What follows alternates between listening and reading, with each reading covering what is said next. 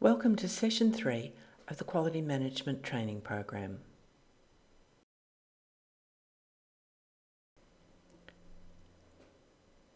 In this session, we're going to have a look at implementing a quality management system and also looking at some of the steps that are involved in preparing for and then going through an assessment against the standards. We'll also have a look at how you use key performance indicators, or KPIs, as a tool for continuous improvement. This diagram shows the steps that are involved in setting up a quality management system.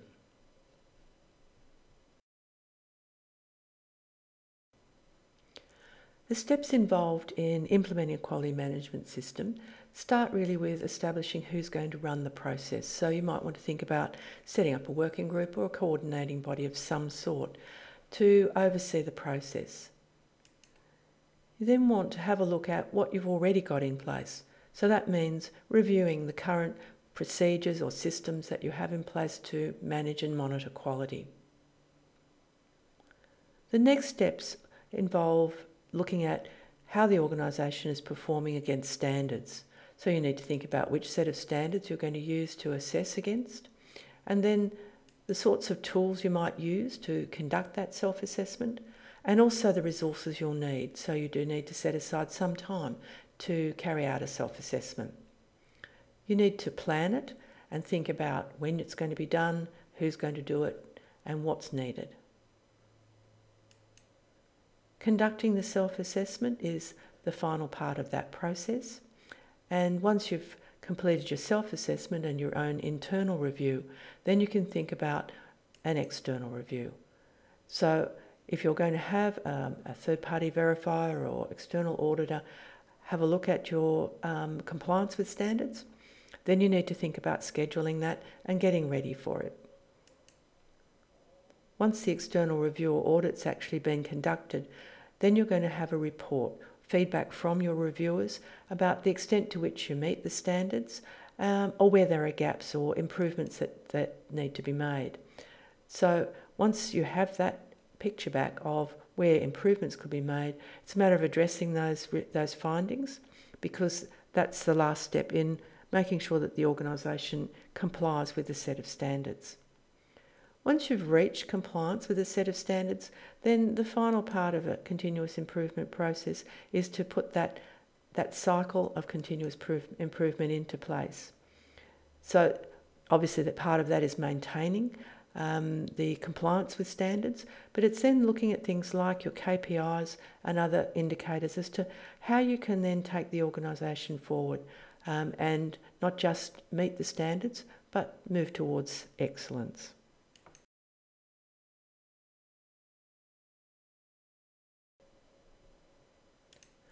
This diagram gives you a bit of a picture of the sorts of time frames you might think about allocating. What's important with a self-assessment process and establishing a quality management system is that you don't take it too quickly, you don't put too much pressure on the organisation, but also that you don't let it drag on and on. So somewhere between 6 to 18 months is an ideal time frame from beginning to end. Some organisations obviously will move more quickly than that, but this gives you a bit of a picture of the sort of time that you might allocate for each part of the process.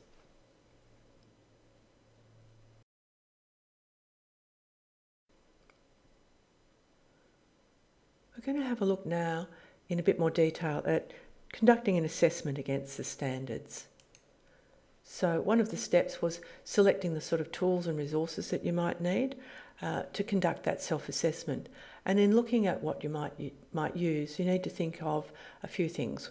First of all, whether the work that you do using that tool is going to be acceptable to your external reviewer or auditor.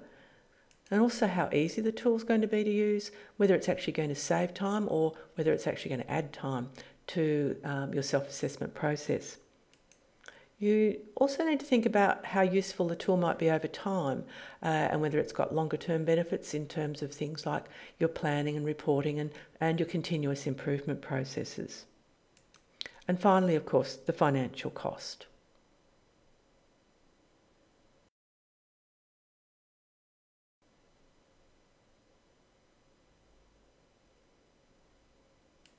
Next, you need to think about how to plan the project.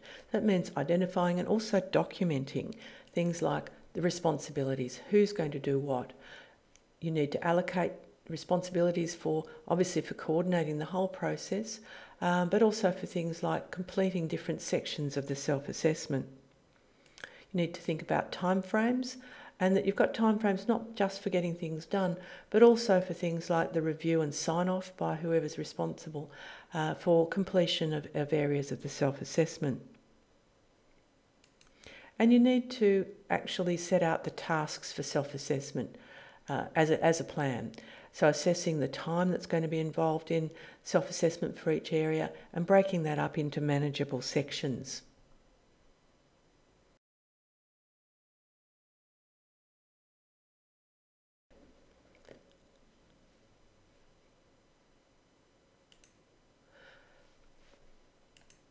You need to also think about evidence documents. Who's going to actually collect the types of evidence that you need and put that together for each section of the self-assessment. And finally, you need to identify how internal reporting is going to work and what the reporting periods will be for progress that's being made on the self-assessment. By planning it out as a project in this way, you will have more control over how much time it takes, making sure that things get done on time and that the process of self-assessment is manageable within the resources that the organisation has.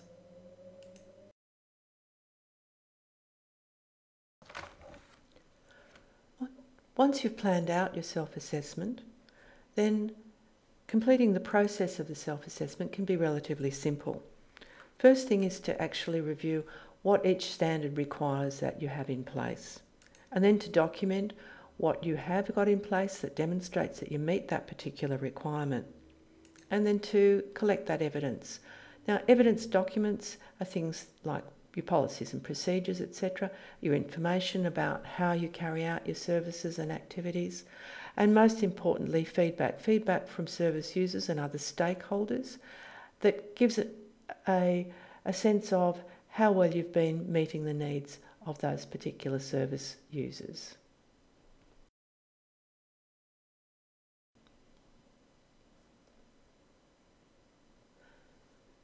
Once you've completed your self-assessment, then you're ready for an external review.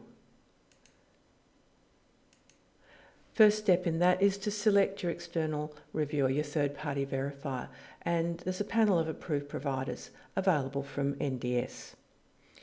Once you've selected your third-party verifier, you need to organise a time with them to conduct the review, and then be prepared to follow up on any work that they identify that you need to make to fully comply, or to follow up on any improvements that they may suggest.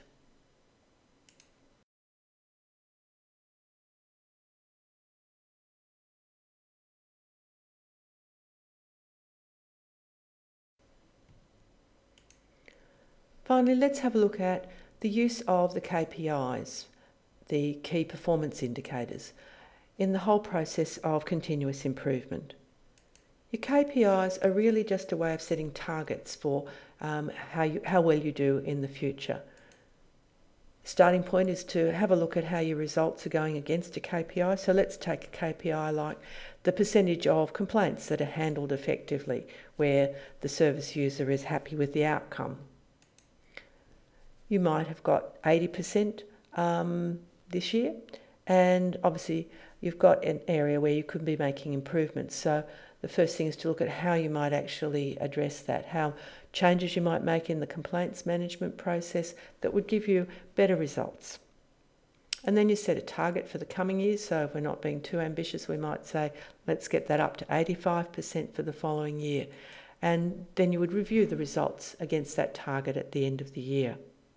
In this way, you can use those numbers, the KPIs themselves, to continuously set a higher and higher target for the way that the service operates and the results that it achieves.